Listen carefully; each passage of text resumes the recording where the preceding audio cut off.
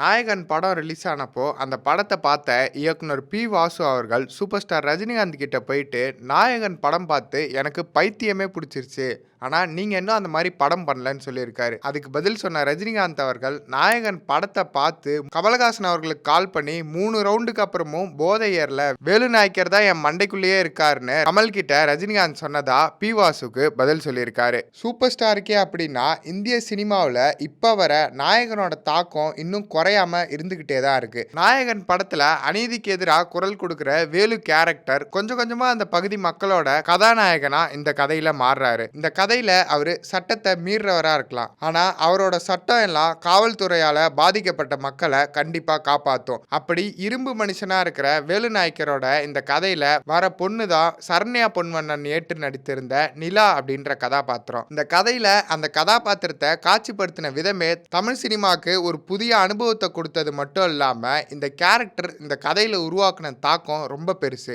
ஆனால் இப்படிப்பட்ட ஒரு கேரக்டர் ஆரம்பத்தில் இந்த படத்தில் இல்லவே இல்லை. இந்த கேரக்டரை இந்த படத்தில் இணைச்சவர் இந்த படத்தோட தயாரிப்பாளரான முக்தா சீனிவாசன் அவர்கள் தான். எவ்வளவோ முயற்சி பண்ணியும் நாயகனோட பாதிப்பை எங்கள் படத்துல இருந்து தவிர்க்கவே முடியலன்னு ஒரு மலையாள சூப்பர் ஸ்டார் மேடையில் வெளிப்படையாக சொல்லியிருக்காரு.